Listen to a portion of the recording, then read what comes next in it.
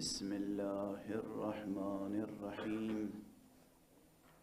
الحمد لله رب العالمين، والصلاة والسلام على أشرف الخلائق أجمعين، سيدنا وسيد الأولين والآخرين، حبيبنا وحبيب إله العالمين، إمام المرسلين وخاتم النبيين، أبي القاسم المصطفى محمد. اللهم صل على محمد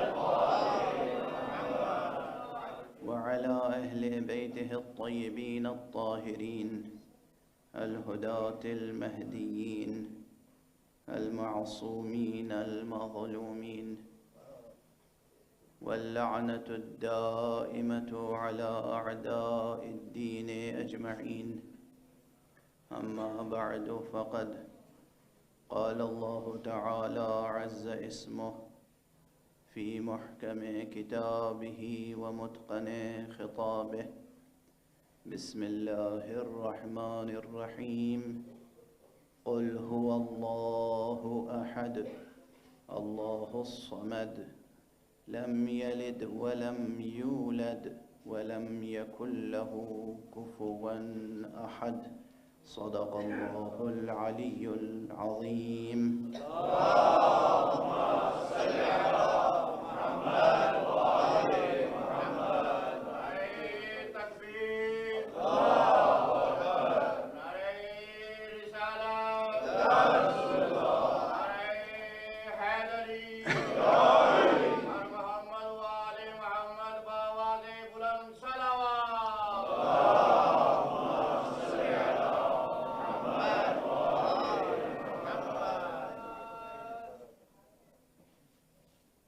برادران انسانی، عزیزان ایمانی اور مسلمانان حسینی،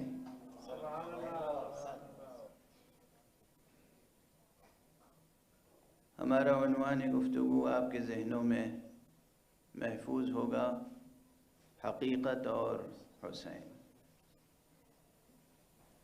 ویسے تو ان دونوں الفاظ میں ایسی وحدت ہے کہ اب آپ کا دل گواہی دیتا ہوگا، آپ کا ذہن گواہی دیتا ہوگا، آپ کا ضمیر گواہی دیتا ہوگا، آپ کو کسی ڈکشنری دیکھنے کی ضرورت نہیں ہوگی کہ حقیقت یعنی حسین، حسین یعنی حقیقت۔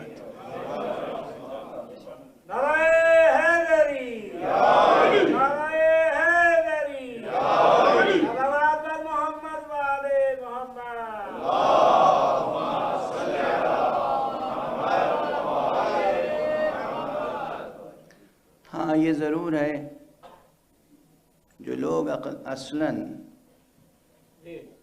منطق قرآنی سے آشنا نہیں ہیں،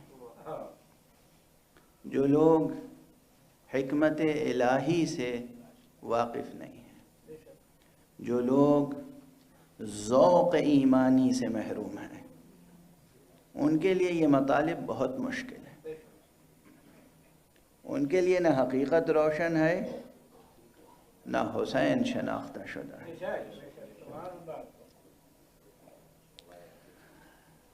اس عنوان فکر کا جو متن قرآنی میرے سامنے اس وقت ہے وہ ہے سورہ اخلاص، ایک مکمل سورہ۔ میں نے آپ حضرات کے محضر میں آپ حضرات کی خدمت میں عرض کیا کہ یہ سورہ اگرچہ بہت مختصر ہے، قرآن مجید کے مختصر ترین سوروں میں سے ایک ہے، مگر حقیقت میں عظیم ترین سورہ ہے۔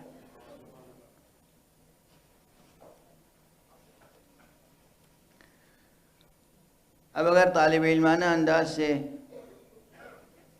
صرف سورے کے تعلق سے گفتگو کی جائے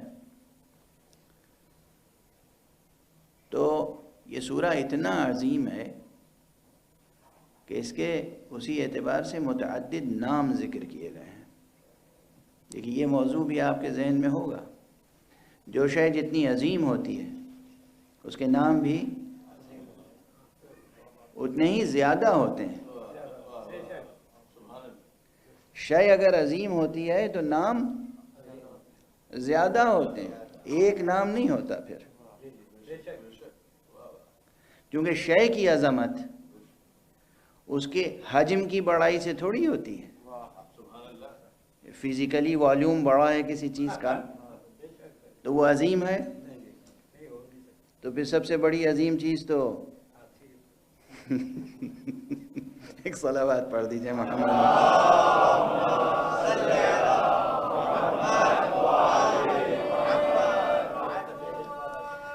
ایک اور صلوات پڑھ دیجئے۔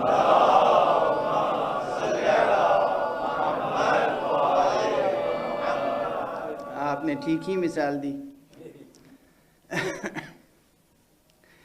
کہ کسی شے کے حجم یا والیوم کی بڑائی سے عظمت نہیں ہوتی، عظمت کا معیار کچھ اور ہے۔ تو اس اعتبار سے جو شے عظیم ہوتی ہے اس میں زیادہ سے زیادہ کیریکٹرسٹکس ہوتی ہیں، اس میں زیادہ سے زیادہ ایٹریبیوٹس ہوتے ہیں، اس میں زیادہ سے زیادہ امکانات ہوتے ہیں، اس میں زیادہ سے زیادہ اوصاف ہوتے ہیں، اس میں زیادہ سے زیادہ برکتیں ہوتی ہیں، اس میں زیادہ سے زیادہ مؤثرات ہوتے ہیں۔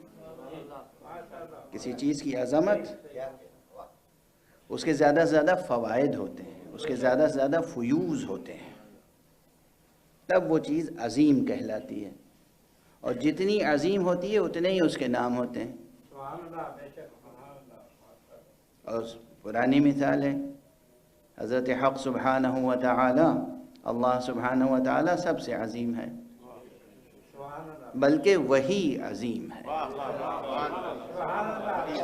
یہ کہنا کہ وہ سب سے عظیم ہے اس کی معنی ہے کہ اس کے مقابلے میں کوئی اور بھی عظیم ہے، وہ زیادہ بڑا عظیم ہے اور اس کے مقابلے میں کوئی عظیم ہے نہیں۔ العظمۃ للہ، عظمت صرف اللہ کے لیے، کبریائی صرف اللہ کے لیے، وہی عظیم ہے اور کوئی عظیم نہیں ہے۔ اس کے علاوہ اس کے مخلوقات میں عظیم صرف وہ کہلاتے ہیں جو اس سے کوئی خاص وابستگی ہے، یعنی وہی عظیم ہے، اور اگر کسی اور کو کوئی عظمت ملتی ہے نسبی، اضافی، اعتباری، تو وہ اسی کی نسبت سے ملتی ہے، تو وہی عظیم ہے۔ وہ جب عظیم ہے تو اس کے نام کتنے ہیں؟ کوئی گن سکا ہے آج تک؟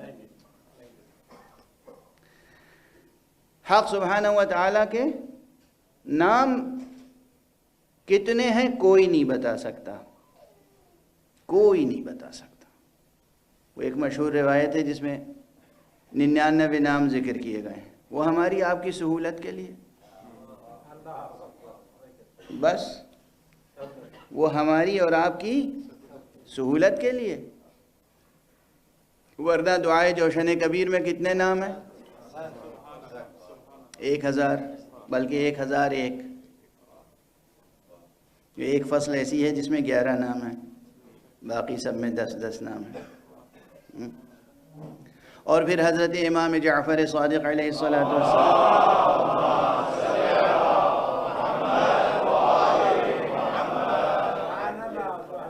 سے دریافت کیا گیا حق سبحانہ و تعالیٰ کے ناموں کے بارے میں، تو امام نے فرمایا کہ اللہ کے نام تو 4000 ہیں۔ یہ 4000 بھی 4000 عدد کے اعتبار سے منحصر تھوڑی ہیں، یہ ایک ایکسپریشن ہے یہ بتانے کا کہ اللہ کے نام بہت ہیں، ہزاروں ہیں، کثیر ہیں۔ وہ ایسا واحد ہے کہ اس کے اسماء کثیر ہیں، وہ ایسا واحد ہے کہ اس کے صفات کثیر ہیں، وہ ایسا واحد ہے کہ اس کے فیوز کثیر ہیں۔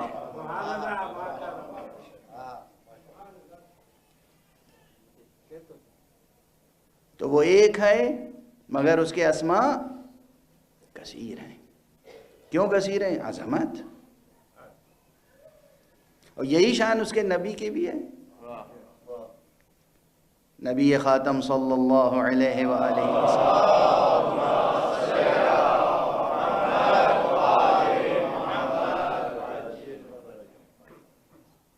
حضرت کی ذات گرامی، حضرت کی شخصیت عظیم ہے، اس لیے کہ حق نے ان کو عظمتیں عطا کی ہیں.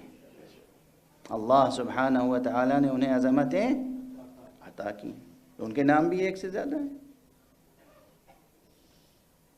ان کے نام بھی روایات کے اعتبار سے، قرآن کے اعتبار سے نام ایک سے زیادہ ہیں. خود قرآن مجید میں بہت سے اسماء ہیں حضور کے. اور ہم ان کی سیرت کا احصاء کیا کر سکیں گے جب ان کے ناموں کے معانی کا احصاء نہیں کر سکتے. توجہ فرما رہے ہیں آپ؟ ان کے ناموں کے معانی کا احصاء نہیں کر سکتے تو ہم ان کی شخصیت، سیرت، ذات، صفات اس کا کیا احصاء کر سکیں گے؟ ان کے کمالات، ان کے معجزات اس کا کیا احصاء کر سکیں گے؟ حضور صلی اللہ علیہ وآلہ وسلم کا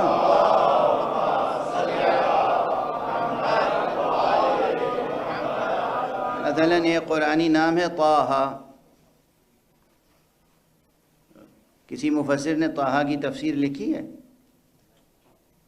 اور اطمینان کے ساتھ لکھی ہے. اگر کچھ ذکر بھی کیا ہے تو کیا یہ یقین کے ساتھ کیا ہے کہ جو میں نے بیان کر دیا بس یہی معنی ہے طٰہٰ کے؟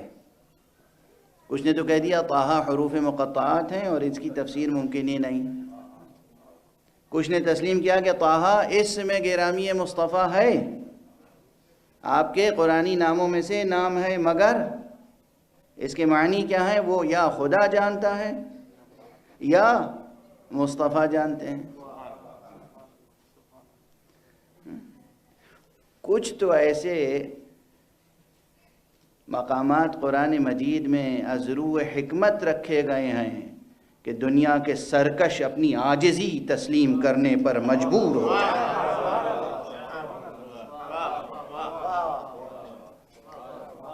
یہ کہنے والے کہ قرآن ہمارے لیے کافی ہے مجبور ہوں یہ کہنے پر کہ قرآن کی یہ آیت ہماری سمجھ میں نہیں آتی، قرآن کے یہ حروف ہماری سمجھ میں نہیں آتے، قرآن کے یہ مقامات ہماری سمجھ میں نہیں آتے.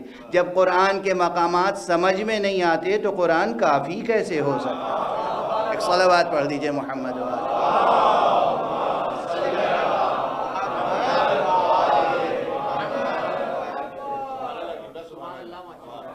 اور اسی لیے یہ میرا پرانا جملہ ہے کہ قرآن مجید نازل ہوا ہے اس صنعت میں. قرآن مجید حق سبحانہ و تعالیٰ نے اس صنعت میں نازل کیا ہے کہ انسان بشر مجبور رہے در مصطفیٰ پر سر جھکانے کے لیے، مصطفیٰ سے بے نیاز نہ ہو پائے. اور صنعت کے علاوہ خود صریح پیغام قرآنی بھی ہے. یہ گویا نزول وحی اور نزول کتاب و نزول قرآن کا واحد ایک مقصد ہے، انسانوں مصطفیٰ کا دامن ہاتھ میں تھامے رہو.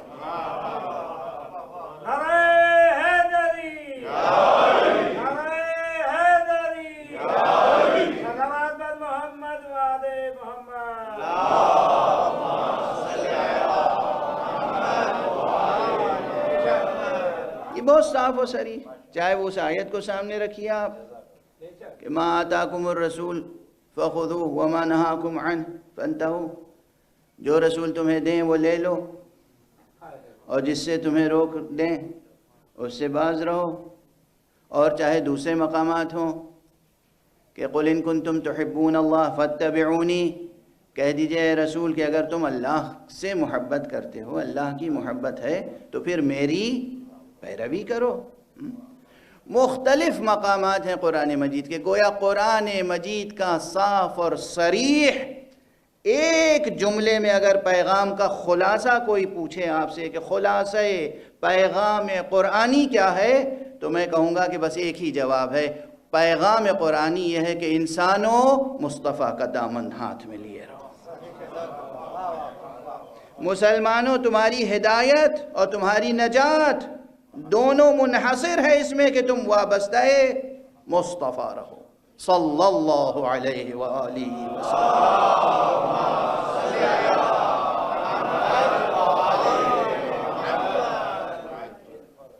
تو بہرحال اب حضور کے نام قرآن مجید میں بہت ہیں، یاسین، طٰہٰ، مزمل، مدثر، اور اس کے علاوہ اور بعض مقامات پر یعنی چند مقامات پر لفظ محمد آیا صلی اللہ علیہ وآلہ وسلم،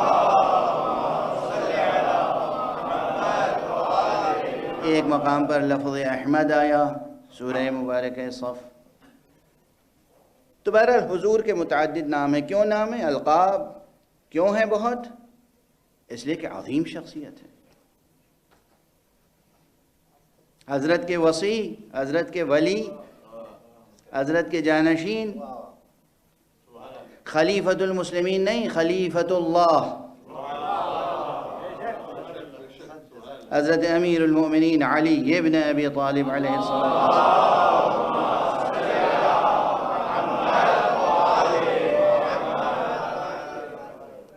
ان کے اسماء گرامی کتنے ہیں، القاب کتنے ہیں قرآن میں؟ قرآن کے علاوہ اب ظاہر ہے ہمارے لیے یہ سب چیزیں ثابت ہیں اور کہیں کسی شک کی گنجائش نہیں ہے۔ دوسروں کے لیے اگر ان کے لیے واضح نہیں ہے تو بھئی مطالعہ کیجئے۔ حضرت امیر المومنین علیہ السلام کے اسماء گرامی خود قرآن مجید میں کتنے ہیں، اور توریت میں کیا کیا ہیں، اور انجیل میں کیا کیا ہیں، اور زبور میں کیا کیا ہیں، اور تمام صحف انبیاء میں کسی نبی کا صحیفہ خالی نہیں ہے نام گرامی علی ابن ابی طالب سے۔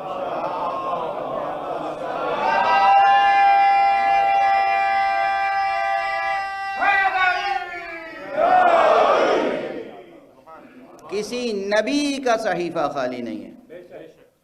خالی ہو کیسے سکتا تھا؟ یہ آدم سے جو نبوت کا سلسلہ شروع ہوا ہے اس سے پہلے تو ان کی ولایت ثابت تھی۔ تو مصطفیٰ صلی اللہ علیہ وآلہ وسلم کے بھی اسماء گرامی سے کوئی صحیفہ کسی نبی کا خالی نہیں ہے، اور امیر المومنین علی ابن ابی طالب علیہ السلام کے بھی نام نامی سے کسی نبی کا صحیفہ خالی نہیں ہے۔ یہ سب کیوں ہے؟ اس لیے کہ شخصیت عظیم تھی۔ خود قرآن مجید چونکہ عظیم ہے اس لیے قرآن مجید کے نام بہت ہیں۔ الکتاب، الذکر، النور، القرآن، الفرقان، بہت نام ہیں قرآن مجید کے خود قرآن میں۔ اسی طرح اس سورہ مبارکہ کے بہت نام ہیں۔ سورہ قل هو اللہ احد، اس کا ایک مشہور نام ہے سورۃ الاخلاص، دوسرا نام ہے سورۃ الاساس،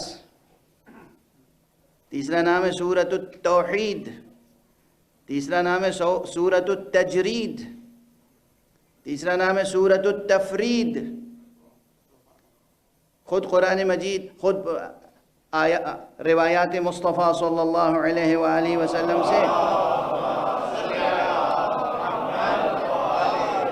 استفادہ کرتے ہوئے مفسرین نے جن اسماء کا ذکر کیا ہے ان میں ایک اس سورہ کا نام سورۃ الولایہ بھی ہے، ایک اس سورہ کا نام سورۃ النور بھی ہے۔ سورۃ النور ایک اور ہے سورہ موجود مستقل، مگر اس سورہ کا بھی نام سورۃ النور ہے یا سورۃ نور القرآن، کیونکہ پیغمبر صلی اللہ علیہ وآلہ وسلم نے فرمایا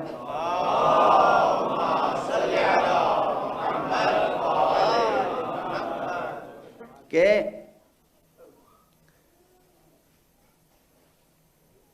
ہر شے کا ایک نور ہوتا ہے، اور نور قرآن سورہ توحید ہے، سورہ اخلاص ہے۔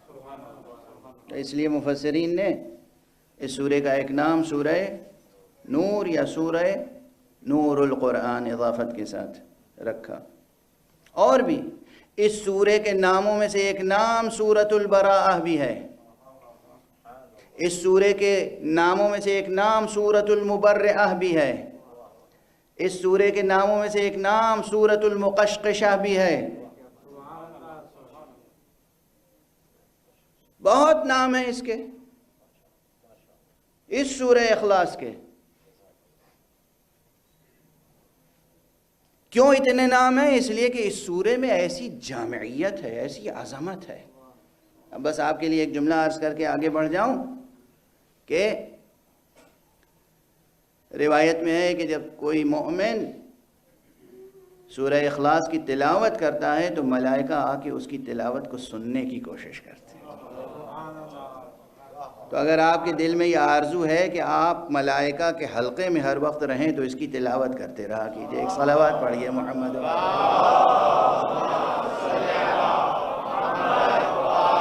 کر سکے تو اس سے بڑی محرومی نہیں ہو سکتی۔ بہرحال یہ سورہ بہت عظیم سورہ ہے،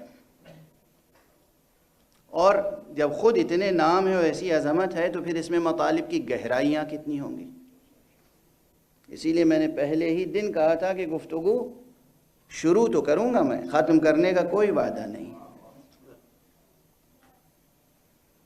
آپ کو ایک حدیث حضرت امام زین العابدین علیہ السلام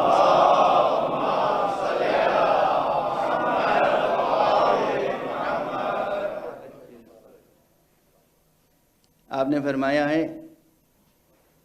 اور ایک چھوٹا سا متن ہے لیکن کس قدر روشن اور نورانی ہے۔ فرماتے ہیں آیات القرآن خزائن العلم، قرآن مجید کی آیتیں علم کے خزانے ہیں۔ قرآن مجید کی آیتیں علم کے خزانے ہیں۔ آیات القرآن خزائن العلم فَكُلَّمَا فَتَحْتَ خَزَانَةً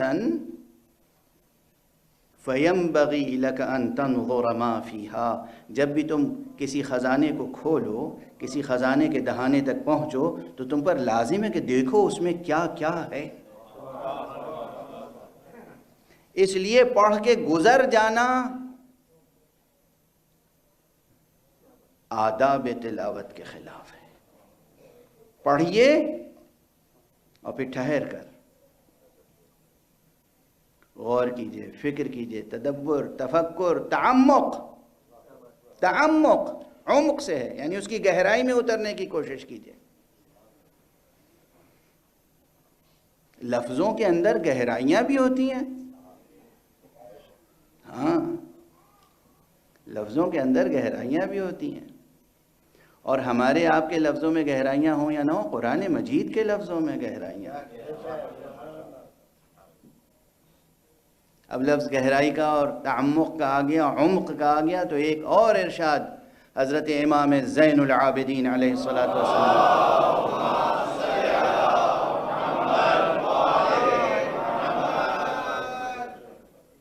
حضرت ہی کا ارشاد ہے اور فرمایا ہے کہ ان اللہ سبحانہ وتعالی علم انه یکون فی آخر الزمان اقوام متعمقون، اللہ سبحانہ وتعالی کو یہ علم تھا کہ آخری زمانے میں ایسے لوگ پیدا ہوں گے کہ جو ژرف نگاہی رکھتے ہوں گے، یعنی جو گہرائیوں میں اترنے کی فکر رکھتے ہوں گے، دقیق سنج ہوں گے، جن کے اندر فکر ہوگی، جستجو ہوگی، تلاش ہوگی، تحقیق ہوگی، تشنگی ہوگی علم کی، گہرائیوں میں اترنے کی کا حوصلہ ہوگا ان کے اندر۔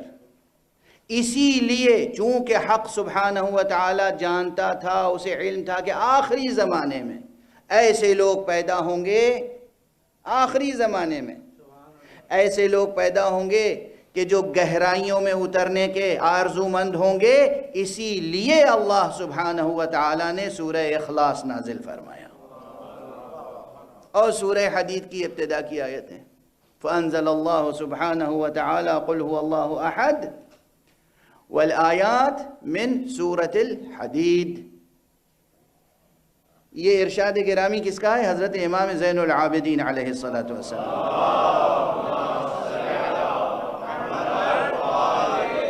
اسی لیے میں نے گزارش کی تھی آپ کے سامنے، اسی لیے میں نے عرض کیا تھا غالباً کل کی مجلس میں کہ سورہ اخلاص فراز وحی ہے،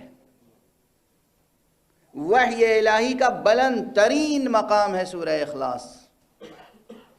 اصلاً تنہا سورہ اخلاص دلیل ہے کہ یہ قرآن کلام بشر نہیں ہے۔ اب بحث تو ذرا سا دیکھیے، بحث تو بحث ہوتی ہے، تو ایک نقطے کی طرف اشارہ کر کے آگے بڑھوں۔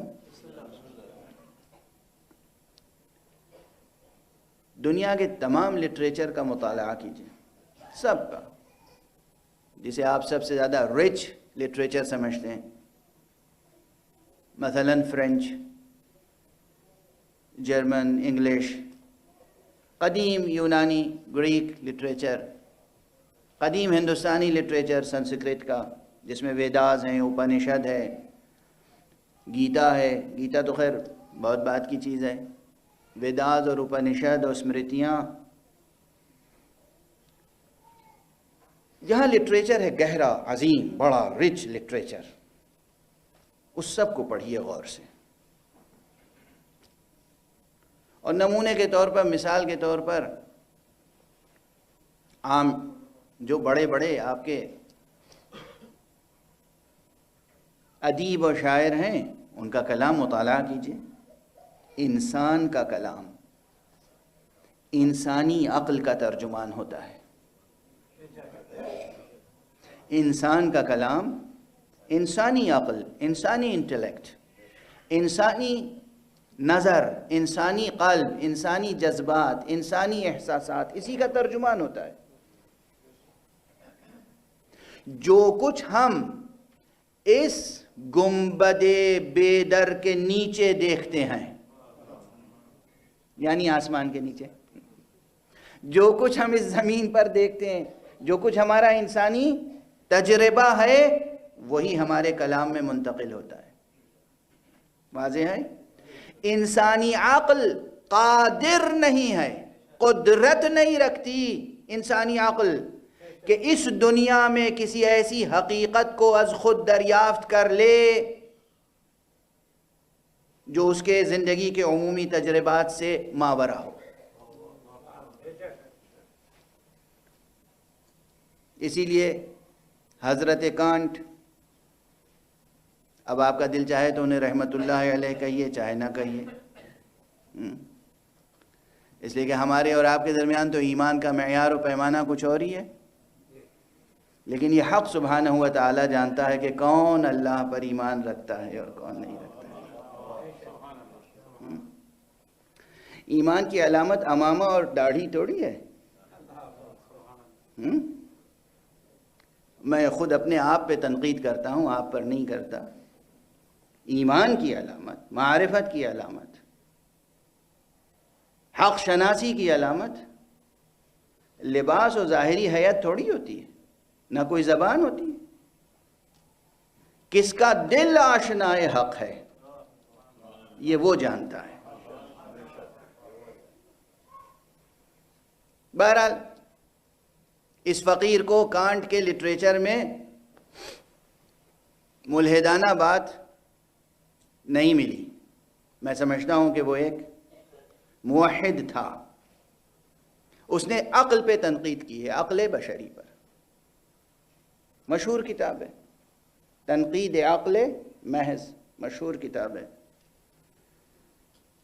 کرٹیک آف پیور ریزن، بہت مشہور کتاب ہے، اور یقیناً پورے انسان کے فکری سرمایہ میں، فلسفی کے سرمایہ میں اس کی اپنی ایک عظمت اور اہمیت ہے۔ حالانکہ کسی موقع پہ میں نے کہا تھا کہ یہ پوری کتاب آقا حضرت ابو عبداللہ الحسین علیہ السلام کے 2 جملوں میں خلاصہ ہو جاتی ہے۔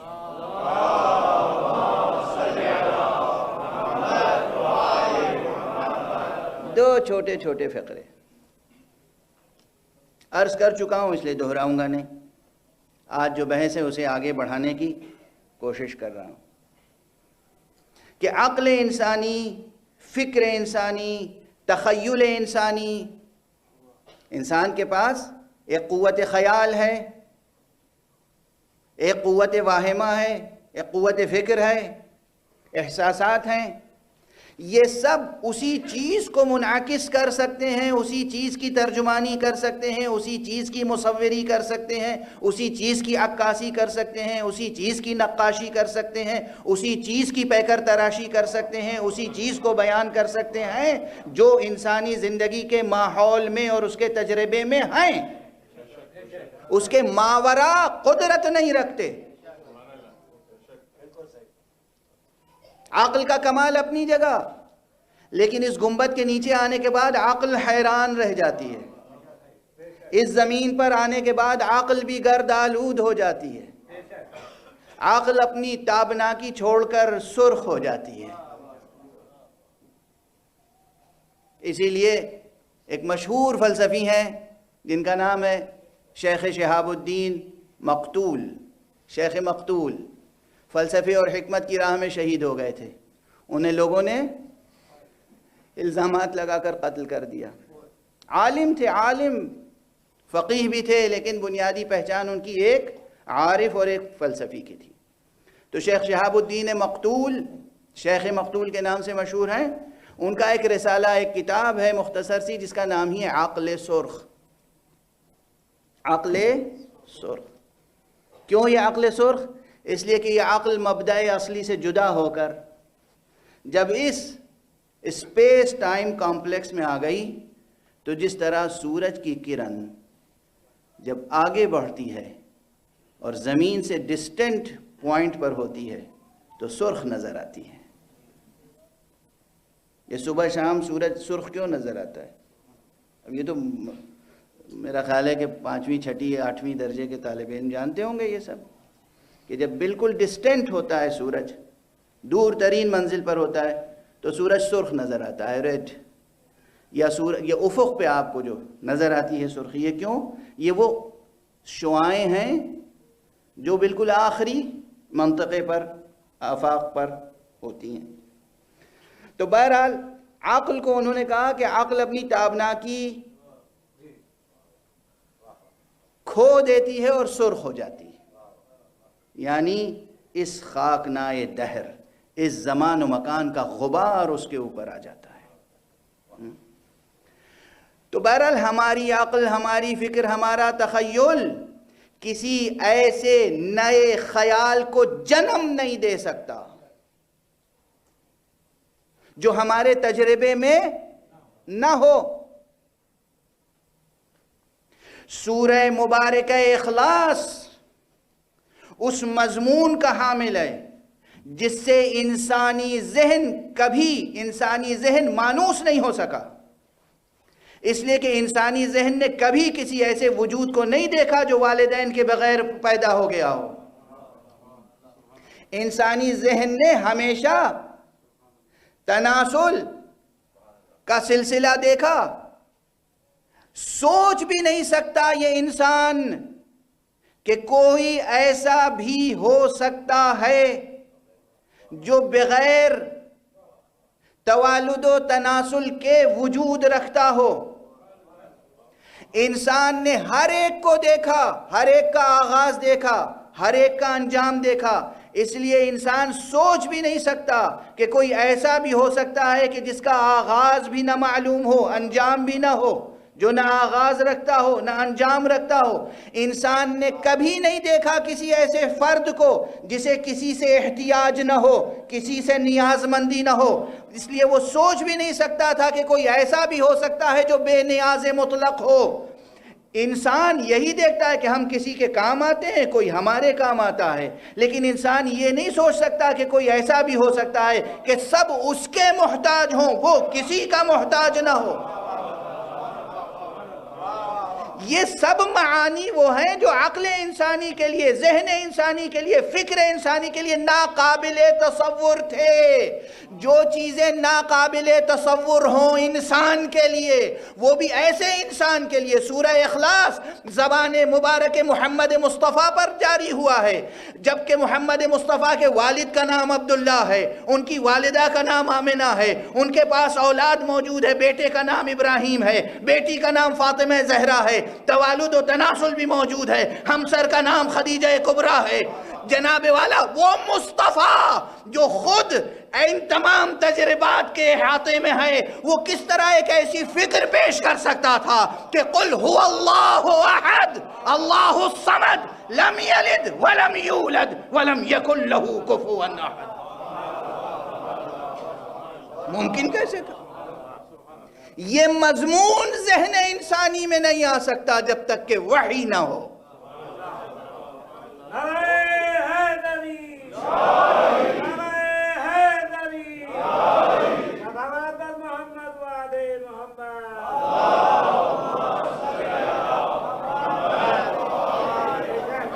یہ مضمون، یہ کنٹینٹ، یہ بات ذہن میں نہیں آ سکتی جب تک کہ وحی نہ ہو۔ تنہا یہ سورہ دلیل ہے کہ محمد صاحب وحی ہیں، تنہا یہ سورہ دلیل ہے کہ یہ قرآن کلام الہی ہے، کلام بشر نہیں ہے۔ تنہا یہ سورہ گواہ ہے کہ یہ قرآن کلام خالق ہے، کلام مخلوق نہیں ہے۔ تنہا یہ سورہ گواہ ہے کہ یہ قرآن کلام مختار ہے، کلام مجبور نہیں ہے۔ تنہا یہ سورہ، مسلسل پڑھتے رہیے، لیکن جب معانی میں آپ ڈوبیں گے تو عظمتیں ابھر کے سامنے آئیں گی۔ کیا سورہ ہے! اور اسی لیے اس کے اتنے نام ہیں، اور اس کی تجلیاں، اس کی برکتیں، اس کے فیوز، اس کے تکوینی آثار و اثرات، اس کے علمی برکات و فیوز کوئی احاطہ کر سکتا ہے؟ کلام حق ہے جس کی تابکاریوں کو کوئی احاطے میں نہیں لا سکتا۔ اس کے ریڈیشنز، اس کی تابکاری، اس کی شعاع ریزی، اس کی ضیاء پاشی، اس کی ذوفشانی، نگاہیں خیرہ ہو جائیں، اور خیرہ ہیں، اسی لیے تو پڑھتے رہتے ہیں مگر احساس نہیں ہوتا۔ کیا عظیم سورہ ہے یہ سورہ جو حقیقت کا ترجمان ہے، لیکن اس حقیقت، اس ٹروتھ اور اس ریئلٹی ساتھ میں کہہ دوں،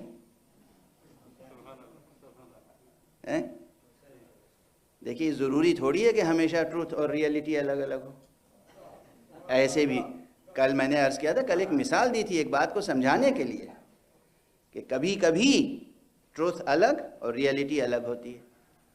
حضور لکھ سکتے تھے، یہ ہے ٹروتھ، زندگی بھر نہیں لکھا، یہ ہے ریئلٹی۔ اب ایک مشہور مصرع ہے، چونکہ بات کربلا سے جڑی ہوئی ہے، اسی مناسبت سے ہو رہی ہے، تو ایک مصرع ہے بہت مشہور، اس میں تقریباً یہی بات کہی گئی ہے، حالانکہ میں اس مصرعے کے مضمون سے بھی متفق نہیں ہوں، لیکن بطور مثال عرض کر رہا ہوں۔ متفق ہونا مثال سے ضروری نہیں ہوتا۔ تو کہنے والے نے کہا ہے کہ یزید مورچہ جیتا ہے، جنگ ہارا ہے۔ اچھا لگتا ہے مصرع بظاہر، اس میں بھی کیا ہے؟ مورچہ جیتنا ریئلٹی ہے، جنگ ہارنا ٹروتھ ہے۔ یزید جو جنگ تھی حسین ابن علی علیہم الصلاۃ والسلام،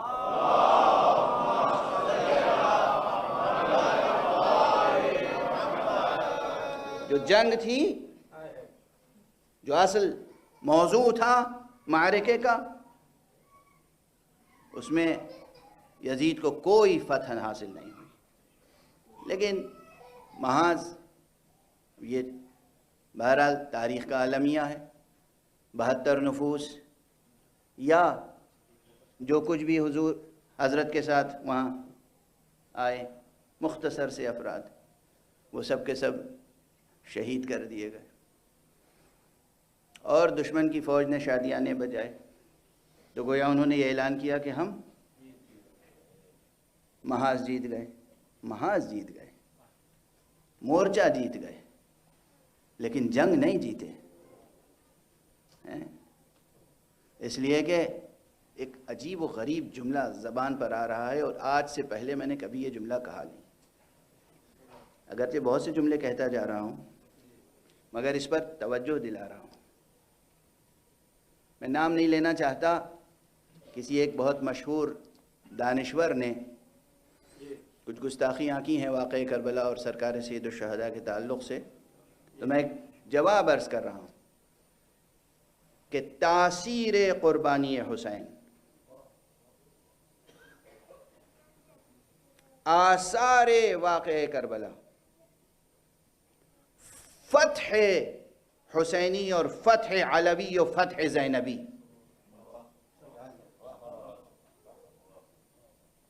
فتح حسینی، فتح علوی، فتح زینبی، فتح مصطفی، فتح وحی الہی، فتح قرآن، اگر اسے دیکھنا ہو تو دیکھیے کسی اور کے ہاتھوں سے انقلاب بعد میں آیا۔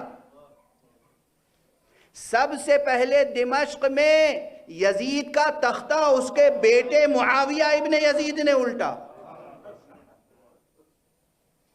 تاریخ ہے۔ معاویہ ابن یزید، اگر ہمارے مسلمان، جنہیں ہم ظاہری طور پر مسلمان نہ کہیں گے تو کیا کہیں گے؟ اس لیے کہ وہ لا الہ الا اللہ کہتے ہیں، محمد رسول اللہ کہتے ہیں، اور ہم پابند ہیں کہ جو لا الہ الا اللہ محمد رسول اللہ کہے ہم اسے مسلمان سمجھیں، اور اس دنیا میں ان کے ساتھ وہی معاملہ کریں جو اللہ نے ہمارے اوپر واجب قرار دیا ہے۔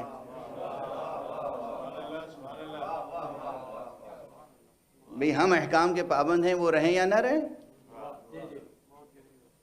وہ پابند رہیں یا نہ رہیں، ہم احکام کے پابند ہیں۔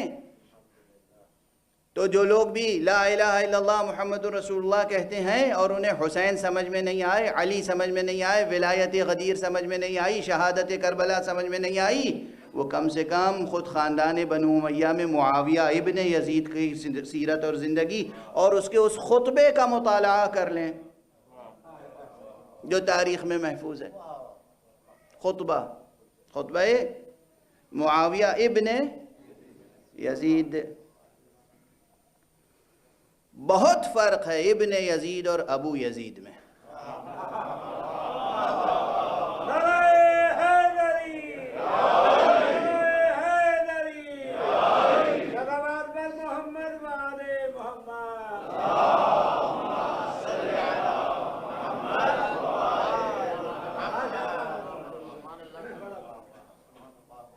دیکھیے اب یہ چھوٹے چھوٹے جملے ہیں، اسے رکھ لیجئے گا حفاظت سے، کام آتے رہیں گے۔ تو جناب امام حسین علیہ السلام، ایک صلوات پڑھیں محمد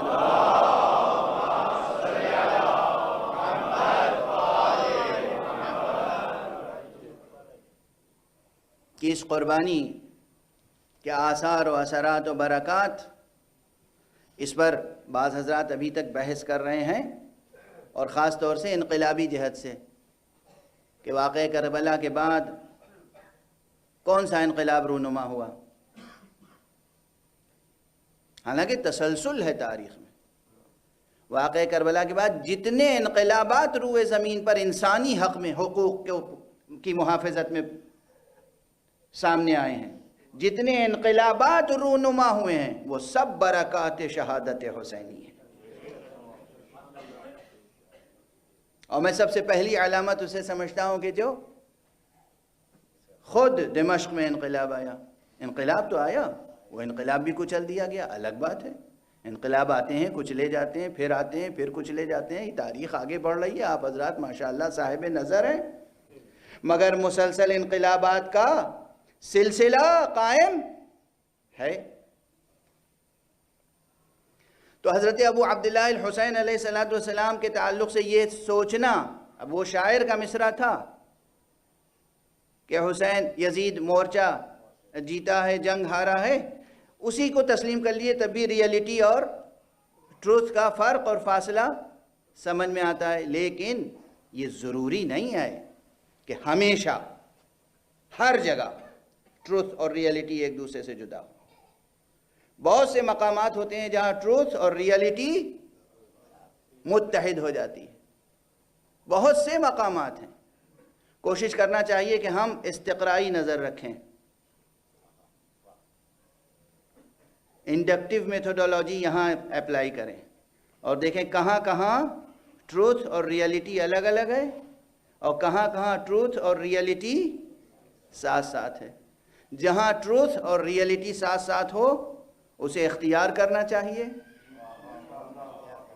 اور جہاں ٹروتھ اور ریئلٹی الگ الگ ہو وہاں ٹروتھ کے ساتھ ہونا چاہیے، ریئلٹی کے ساتھ نہیں۔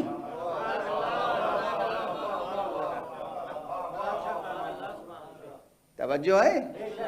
ہیں یہ مشکل بحثیں نا، یہ مشکل بحثیں ہیں۔ لوگ ریئلٹی، گراؤنڈ ریئلٹی کے سامنے تھک ہار کے بیٹھ جاتے ہیں۔ اگر گراؤنڈ ریئلٹیز کے سامنے تھک ہار کے بیٹھ جائیں گے، ٹروتھ کا ساتھ چھوڑ دیں گے، تو زمینوں پر آسمان کیسے قائم رہیں گے؟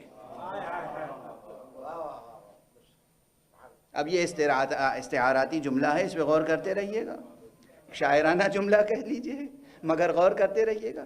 یہ جو آسمان بلند قائم ہے یہ ٹروتھ کے دم سے قائم ہے۔ ایک قدم اور آگے بڑھاؤں، اب میں اپنی عادت کے مطابق مشکل بحثیں چھیڑ رہا ہوں۔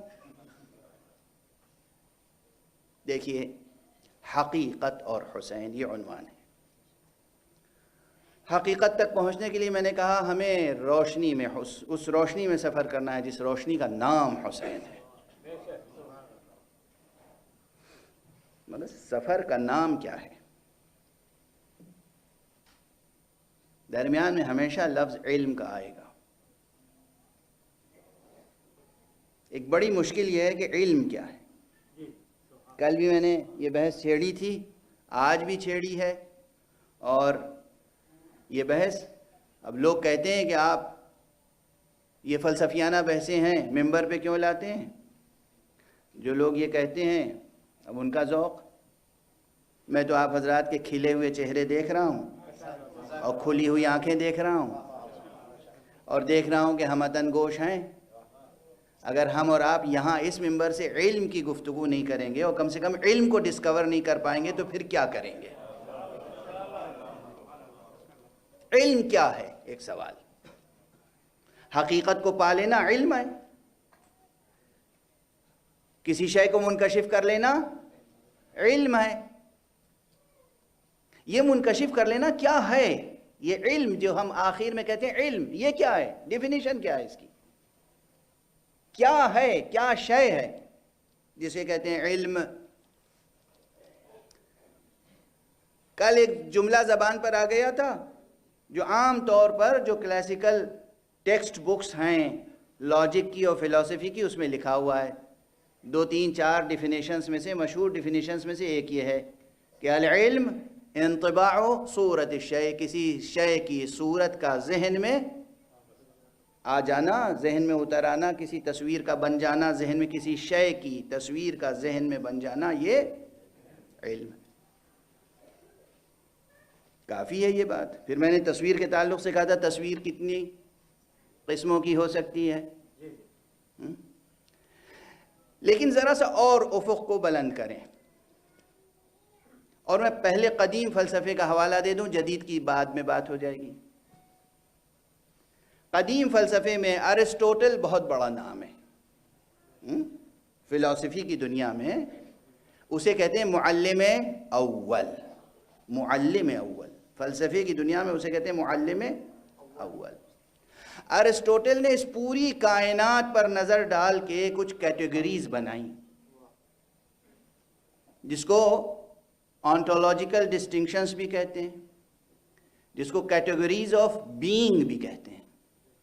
یہ آنٹولوجی میں ایک خاص بحث ہے۔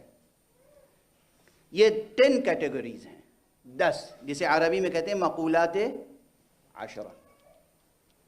یہ 10 مقولات ہیں، یعنی کائنات میں جتنی چیزیں ہیں اسے کلیسیفائی کر کے ان 10 خانوں میں آپ رکھ سکتے ہیں۔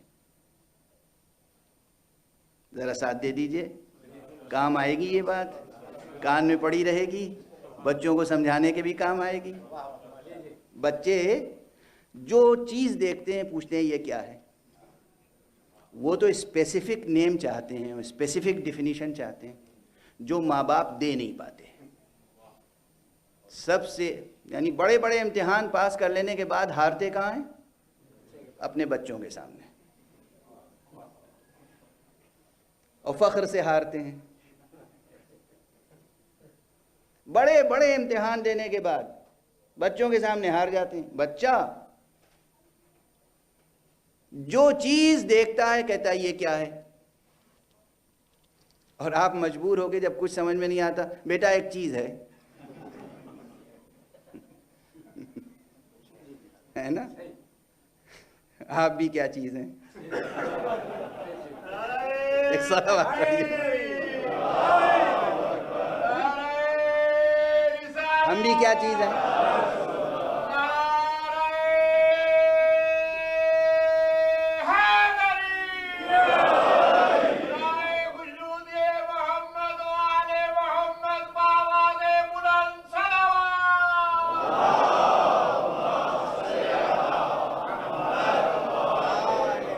یہ انسان بھی کیا چیز ہے جو بچے کے سامنے ہار جاتا ہے. بچہ ہر شے کے بارے میں پوچھے یہ کیا ہے, یہ کیا چیز ہے, یہ کیا چیز ہے, کچھ بھی اس کے ہاتھ میں آ جائے. دو چیزیں بڑی عجیب و غریب ہیں جو بچوں کی نفسیات میں پائی جاتی ہیں, اس سے بہت کچھ سیکھنے کی ضرورت ہے. اور چونکہ آج تک یہ بچوں کی نفسیات بدلی نہیں ہے, اس کے معنی ہے کہ فطرت ہمیں بچوں کی اس نفسیات کے واسطے سے بہت کچھ ابھی اور سکھا رہی ہے. وہ یہ کہ ایک تو بچے کے سامنے جو کچھ آتا ہے وہ لے لیتا ہے, اسے اپنی چیز سمجھتا ہے, ماننے کو تیار نہیں ہوتا کہ یہ کسی اور کی ہے, وہ اس کی ہے. بھائی ہو, بہن ہو, ماں ہو, باپ ہو, کسی کوئی مہمان گھر میں آیا ہے, اسے کیا پتا مہمان آیا ہے. مہمان کی چیز لی اور بس مٹھی میں دبا لی, اب ماں باپ چھڑا کے دے تو دیں. وہ قیامت برپا ہوگی جس کی حد نہیں. بس ایک ہنگامے پہ موقوف ہے گھر کی رونق. جو چیز نظر آئے گی وہ قبضے میں کرنے کی کوشش, اور دوسرے ہر چیز کو جاننے کی کوشش. ماں باپ سے پوچھنا یہ کیا ہے, کچھ بھی سامنے یہ کیا ہے. تو یہ جو علم ہے یہ واقعاً کیا ہے؟ اس کائنات میں کتنی چیزیں ہیں؟ اب ظاہر ہے ممکن ہے 2-1 منٹ زیادہ صرف ہو جائیں, لیکن یہ بحث اہم ہے اور تربیت و تعلیم سے تعلق بھی رکھتی ہے, اور اس سے اور بھی بحث کے دروازے کھولیں گے. تو یاد رکھیے کہ فرض کیجئے آپ کسی پروفیسر کے کمرے میں پہنچ جائیں اور پوچھیں, کسی ٹیچر کے روم میں جائیں تو وہاں ایک الماری ہوگی لکڑی کی, اس پہ کتابیں رکھی ہوں گی, کم سے کم 150, 200, 400 کتابیں ہوں گی, میز ہوگی, قلم ہوگا, کاغذ ہوگا, مختلف چیزیں ہوں گی, کرسی ہوگی, دروازہ ہوگا, کھڑکی ہوگی, فرنیچر ہوگا, فرنیچر میں کئی ٹکڑے ہوں گے, کرسی ہوگی, میز ہوگی, صوفہ ہوگا. اگر ایک ایک چیز کو گنے اور پوچھا جائے کہ اس کمرے میں کتنی چیزیں ہیں, اور آپ ایک ایک چیز گننا شروع کیجئے تو فہرست بہت لمبی ہو جائے گی. 200 کتابیں ہیں تو 200 تو وہی عدد ہو گیا.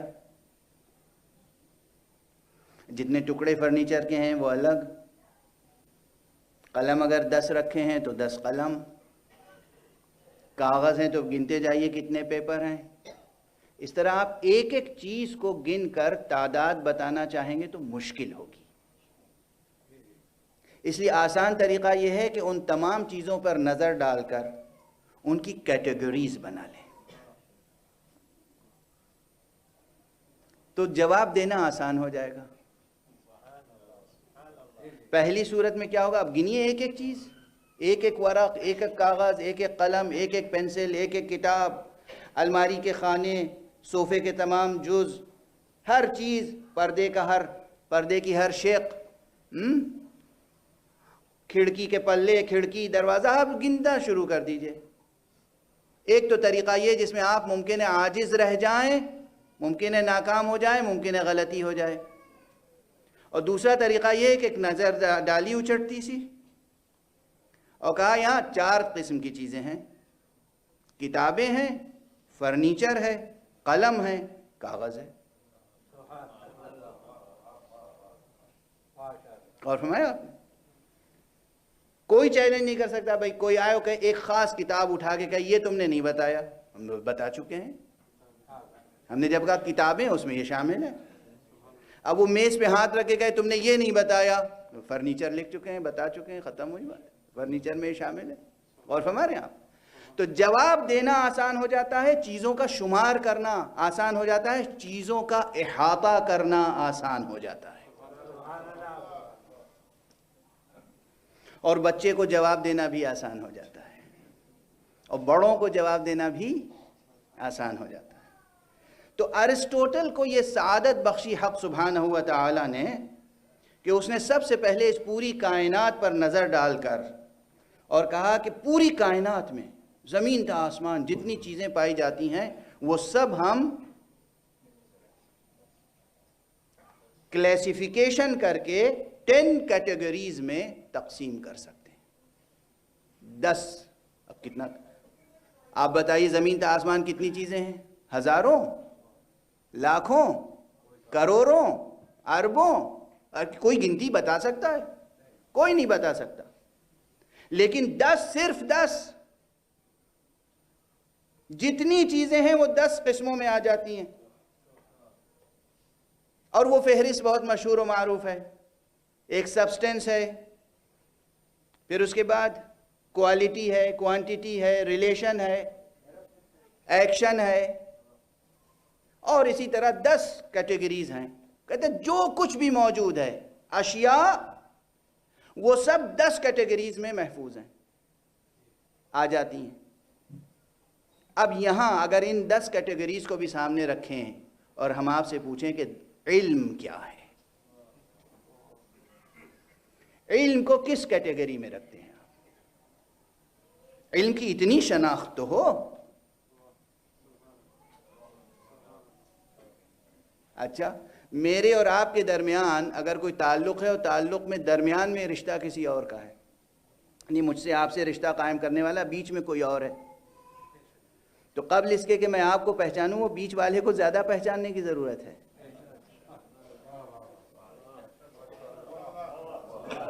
اور ہمارے آپ قبل اس کے کہ میں آپ کو پہچانوں جو میرے اور آپ کے درمیان واسطہ ہے اسے جاننا زیادہ ضروری ہے. اگر واسطے کو نہ جانا، نہ سمجھا، بغیر جانے بوجھے اعتماد کر لیا،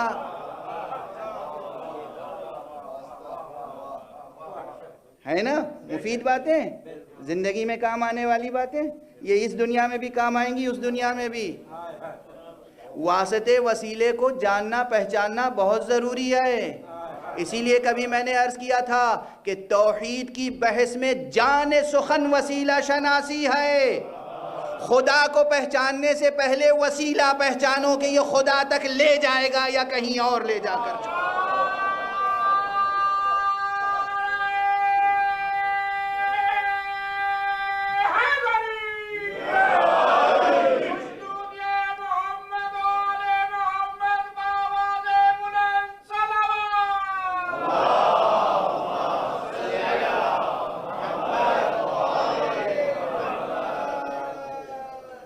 وَابْتَغُوا إِلَيْهِ الْوَسِيلَةَ، خدا تک پہنچنے کے لیے وسیلہ اختیار کرو. یہ حکم قرآنی ہے، یہ کوئی ضعیف حدیث نہیں ہے.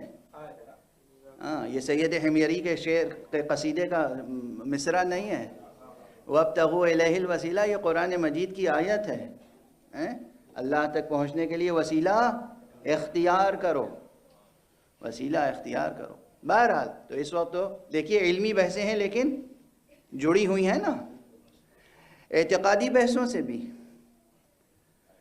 تو کسی بھی حقیقت یا کسی بھی شے یا کسی بھی آبجیکٹ یا کسی بھی بینگ، کسی بھی ایگزسٹنس، کسی بھی ریالٹی، کسی بھی ٹروتھ کو سمجھنے کے لیے ہمارے اور اس بینگ، ہمارے اور اس ایگزسٹنس، ہمارے اور اس ایگزسٹنٹ، ہمارے اور اس آبجیکٹ کے درمیان ریلیشن کیا ہے؟ اس کو جاننے کا نام کیا ہے؟ علم۔ یہ علم کیا ہے؟ یہ جو ایپسٹیمولوجی میں سارے شکوک و شبہات پیدا ہوتے ہیں وہ یہیں سے، کہ اس علم پر کتنا بھروسہ کر سکتے ہیں۔ علم ہے کیا؟ علم ہے کیا؟ اور میں نے کہا تھا علم تصویر ہے تو کتنی گہری تصویر ہے؟ وہ کلاسیکل پرانا فوٹوگراف ہے، صرف چہرہ دکھا رہا ہے، چہرے کے اندر کیا ہے نہیں دکھا رہا ہے، یا ایکس رے ہے یا سی ٹی اسکین ہے۔ یہ کتنی گہری تصویر ہے؟ علم کیا ہے؟ یہ جو علم ہمارے ذہن میں، جو کسی شے کی تصویر ذہن میں آ رہی ہے، اس تصویر پر ہم کتنا بھروسہ کر سکتے ہیں؟ کیا جو تصویر ذہن میں آ رہی ہے اسی کو مان کے کہہ دیں اس شے کے بارے میں کوئی بات، اس کی ڈیفینیشن مقرر کر دیں یا نہیں؟ تو یہ علم ہمارا کافی ہے یا ناکافی؟ اور اگر علم ناکافی ہے تو پھر کسی ریئلٹی کو ڈسکور کرنے کا طریقہ کیا ہے؟ کسی ٹروتھ تک پہنچنے کا طریقہ کیا ہے؟ کسی حقیقت کو پانے کا طریقہ کیا ہے؟ کسی حقیقت تک پہنچنے کا طریقہ کیا ہے؟ بس اب یہ بحث بہت طولانی ہو جائے گی، دامن وقت میں گنجائش نہیں ہے، اس لیے سمیٹ رہا ہوں، اور کل انشاءاللہ یہی تسلسل باقی رہے گا۔ لیکن یاد رکھیے کہ جو کچھ بھی ہو، آپ پہلے اپنے وجود پر غور فرمائیں۔ آپ کے پاس حواس خمسہ ہیں، آنکھ ہے، کان ہے، زبان ہے، قوت حاسہ ہے، قوت سامعہ، باصرہ، ناطقہ، یہ سب ہے آپ کے پاس۔ اتنی قوت ظاہری، اتنی ہی قوت باطنی، اس کے بعد عقل۔ یہ سب کچھ رکھنے کے بعد اگر مسئلہ علم اتنا پیچیدہ ہے تو صرف دو دفتیوں کے درمیان خاموش کاغذوں پر لکھے ہوئے خاموش الفاظ کیسے مشکل کو حل کر سکتے ہیں؟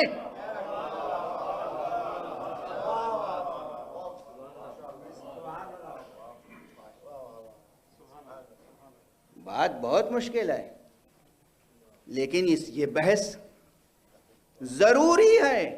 کتنی دقیق ہو، آپ کو اچھی لگ رہی ہو یا نہ لگ رہی ہو، تو ہمارا فریضہ ہے کہ ہم جو چیز ضروری سمجھیں وہ آپ کے سامنے پیش کریں۔ ممکن ہے آپ کچھ اور ضروری سمجھ رہے ہوں، مگر ہم جو ضروری سمجھ رہے ہیں وہ پیش کر رہے ہیں آپ کے سامنے۔ اس وقت پوری دنیا میں مشکل کیا ہے؟ حقیقت پہ پردے پڑے ہوئے ہیں۔ یہ بحث بھی آئے گی، روایتوں میں ہے علم کے کتنے حجابات ہیں، حقیقت کے رخ پر کتنے حجابات ہیں، کتنے ظلمانی حجابات ہیں، کتنے نورانی حجابات ہیں۔ کیا معنی ہے اس کے؟ یہ ظلمانی حجابات کیا ہوتے ہیں؟ یہ نورانی حجابات کیا ہوتے ہیں؟ یہ حجابات برطرف کیسے ہوتے ہیں؟ کس ہاتھ میں طاقت ہے جو ان حجابات کو برطرف کر سکے؟ بس اب آپ کے ذوق کے لیے ایک جملہ عرض کر دوں اور گفتگو کو انجام کار تک پہنچاؤں۔ آج کی حد تک جو میں عرض کر رہا ہوں حقیقت اور حسین، وہ اس لیے عرض کر رہا ہوں کہ کتابیں خود حجاب بن جاتی ہیں، لیکن جو جان کتاب ہو، جو روح کتاب ہو، جس کے قلب پر نزول کتاب ہو، جس نے کتاب کو اپنے دل و دماغ میں ایک زندہ حقیقت کے طور پر جذب کر لیا ہو، وہ کسی دوسرے فرد سے جب گفتگو کرتا ہے تو ایک دو جملوں میں حقیقت کا چہرہ ایسا روشن ہو جاتا ہے کہ جو کل تک لعنت اللہ علیہ تھا وہ ایک شب میں علیہ السلام بن جاتا۔ نہیں ہوتی سکت، یہ طاقت، یہ استثنائی انسان ہوتے ہیں۔ کتنے ہیں جن کی سمجھ میں نہیں آ رہی تھی حقیقت کیا ہے، مگر سرکار ابو عبداللہ الحسین سے ایک ملاقات کے بعد منقلب ہو گئے، اور ایسے منقلب ہوئے کہ یقین کا پیمانہ کتنا بلند تھا۔ کوئی انسان شک کے ساتھ جی تو سکتا ہے مگر شک کے ساتھ مر نہیں سکتا۔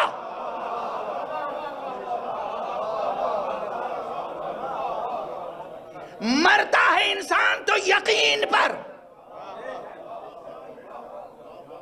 اور جہاں جنگ چھڑی ہوئی ہو وہ بھی ایسی جنگ کہ ایک طرف دنیا ہے، ایک طرف اقتدار ہے، ایک طرف ثروت ہے، تخت ہے، تاج ہے، حشم ہے، خدم ہے، تمام دنیا کی عیش و عشرت کی چیزیں موجود، دوسری طرف تپتا ہوا صحرا ہے، برہنہ شمشیریں ہیں۔ ایسے ماحول میں انسان کس چیز کا انتخاب کرے گا؟ شک کے ساتھ مر نہیں سکتا، شک کے ساتھ جی تو سکتا ہے، شک کے ساتھ مر نہیں سکتا۔ یہ انسان جو حیران تھا، ششدر تھا، پریشان تھا، یہ انسان جو اشتباہات میں مبتلا تھا، کیا ہوا کہ ایسا یقین پیدا ہو گیا کہ آ کے سرکار سے کہتا ہے آپ نہیں، آپ سے پہلے میں جان دوں گا۔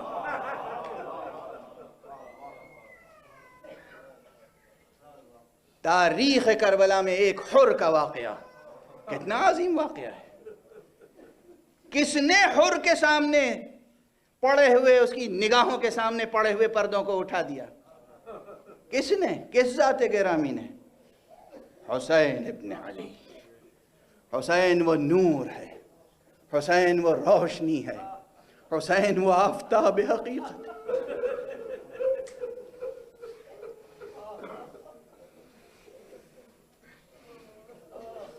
کہ جو کربلا تک محدود نہیں ہے، قیام قیامت تک ہر فرد بشر اس روشنی سے فائدہ اٹھا سکتا ہے جس روشنی سے حر نے فائدہ اٹھایا۔ بس اب وقت ختم ہو چکا ہے، غالباً میں نے آپ کا زیادہ وقت لے لیا آج، اس لیے چند جملے عرض کر سکوں گا۔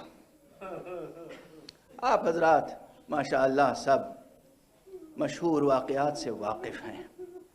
یہ حر ہی تھا جو کربلا سے چند منزل پہلے آ کر آقا ابو عبداللہ الحسین علیہ السلام کے لجام پر ہاتھ ڈالتا ہے، روکنے کی کوشش کرتا ہے،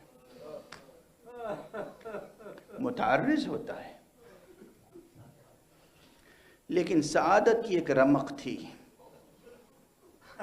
کہ جب نماز کا وقت آیا ہے تو اس نے نماز پڑھی ہے آقا حسین کے پیچھے، یعنی دل سے امام حسین کو مانتا تھا، حسین علیہ السلام کی امامت میں نماز پڑھی۔ اور کتنے واقعات ہیں، کس طرح آقا حسین نے حر اور اس کے سپاہیوں کا استقبال کیا، کس طرح انہیں پانی پلایا ہے۔ حر کے سپاہیوں میں سے ایک سپاہی کا بیان یہ ہے کہ تشنگی اتنی زیادہ تھی کہ اسے آنکھوں سے کچھ سجھائی نہیں دے رہا تھا، یعنی آقا حسین کے خدمتگار، آقا حسین کے غلام، آقا حسین کے اصحاب پانی پیش کر رہے ہیں، مشکیزہ اس کے سامنے ہے، مگر مشکیزے کا دہانہ اپنے ہاتھ میں لے کر پی نہیں پا رہا ہے، پانی ضائع ہو رہا ہے۔ تو آقا حسین خود اٹھے، آگے بڑھے اور اپنے چلو سے اسے پانی پلایا۔ یہ مناظر کبھی مٹ سکتے ہیں؟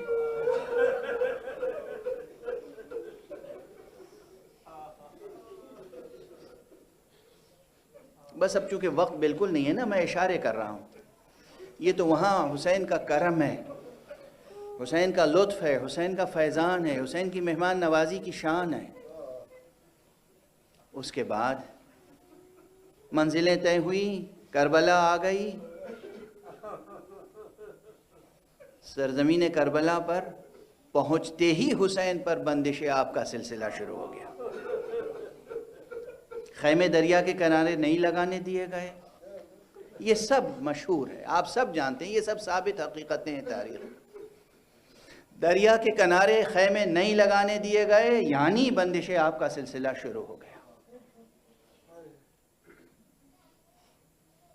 شب عاشور آئی، اب وہ حر اس طرف ہے، آقا حسین کے خیمے سے بچوں کی آواز آ رہی، العطش العطش العطش. کوئی ننھا بچہ بلک بلک کے رو رہا ہے، معلوم ہے کہ پیاس کی وجہ سے رو رہا ہے، معلوم ہے کہ بھوک کی وجہ سے رو رہا ہے. کوئی ایسا بچہ ہے جو عطش کہہ سکتا ہے تو وہ عطش عطش کہہ رہا ہے. کوئی پورا جملہ کہہ سکتا ہے تو پکار کے کوئی کسی بھائی کو کہہ رہا ہے، کوئی کسی چچا کو کہہ رہا ہے، یا اماں، چچا جان. العطش. حر سن رہا ہے. تاریخ میں یہ تمام واقعات ہیں. اور یہ جملہ بھی میں پھر دہرا دوں اپنا کہ قیامت تک آنے والے انسانوں کے لیے تنہا حر کی سیرت نمونہ عمل بن سکتی ہے کہ کس طرح دنیا کو چھوڑ کر حق کی طرف جایا جاتا ہے، کس طرح حق کو اختیار کیا جاتا ہے، کس طرح دنیا کو ٹھوکر ماری جاتی ہے. شب گزر گئی، شب عاشور گزر گئی، سحر ہو گئی، صبح ہو گئی. بعض حضرات کہتے ہیں صبح عاشور. اور حر نے پھر فیصلہ کر لیا. پھر آخری ضیافت، بس آقا حسین کی ضیافت، آقا حسین کا لطف، آقا حسین کا کرم. 2 جملے عرض کروں گا. وہاں تو پانی تھا آقا کے پاس. جب روز عاشور حر آیا ہے، سر نہڑائے ہوئے، دست ادب جوڑے ہوئے، حر ہے، حر کے ساتھ حر کا بیٹا علی ابن حر ہے، کہتے ہیں حر کے ساتھ حر کا بھائی بھی ہے، حر کا غلام بھی ہے.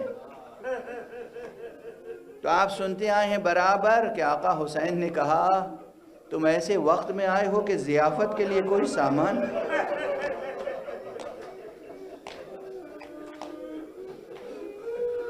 اجرکم علی اللہ، اجرکم علی اللہ. اب روایتیں مختلف ہیں، لیکن ایک روایت میں نے خود یہ پڑھا کہ حر نے بس آقا سے معافی مانگی اور فوراً کہا آقا اب تو موقع بس یہ ہے کہ آپ مجھے معاف کر دیں اور میری قربانی قبول کر لیں. اجازت دیں کہ میں آپ کی طرف سے جہاد کر کے جام شہادت قبول کروں. آقا حسین نے اجازت دی، اور جب اجازت دی تو پھر حر نے کیا کیا؟ ہاں یہ مقام ٹھہریے گا.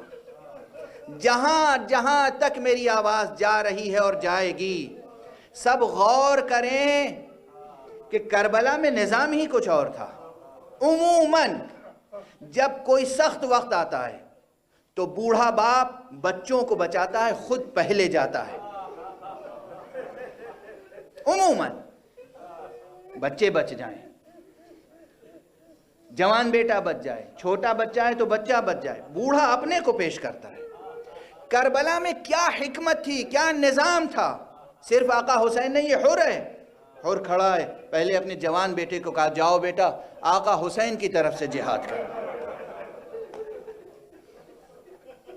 حر کا بیٹا جس کا نام علی ہے. عجب اتفاق ہے، عجب اتفاق ہے. میں تو کبھی کبھی تنہا ہوتا ہوں اور بس ان چھوٹے چھوٹے نکات پر غور کرتا رہتا ہوں اور آنکھوں میں آنسو ٹھہر نہیں پاتے. یہ پلکیں آنسو کو روک نہیں پاتی. نام علی ہے، کچھ اور نہیں، نام علی ہے. کہا بیٹا جاؤ آقا حسین کی طرف سے، فرزند رسول کی طرف سے، فرزند زہرا کی طرف سے جہاد کرو. علی ابن حر میدان میں جاتا ہے، کچھ دیر جہاد کرتا ہے، کچھ دیر جہاد کرتا ہے، لیکن بالآخر آواز دیتا ہے اپنے بابا کو اور کہتا ہے بابا میری مدد کے لیے آئے.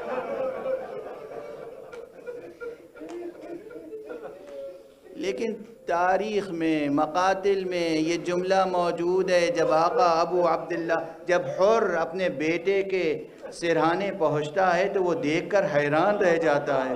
حر کے پہنچنے سے پہلے حسین موجود،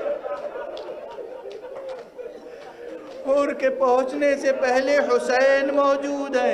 یہ دست ادب جوڑ کے کہتا ہے اپنے بیٹے کا غم بھول گیا. یابن رسول اللہ، رسول خدا کے فرزند، فاطمہ کے فرزند، یہ کرم گنہگاروں پر. اور اس وقت امام کہتے ہیں حور تم میرے مہمان ہو اور مجھے معلوم ہے جوان بیٹے کا لاشا بوڑھے باپ سے نہیں اٹھتا.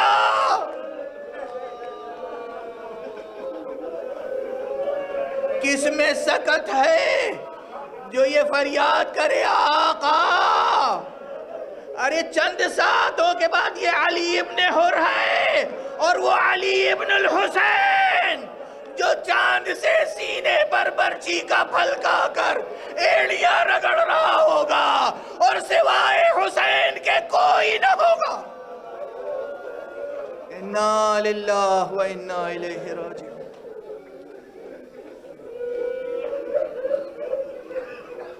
انا للہ و انا الیہ راجعون۔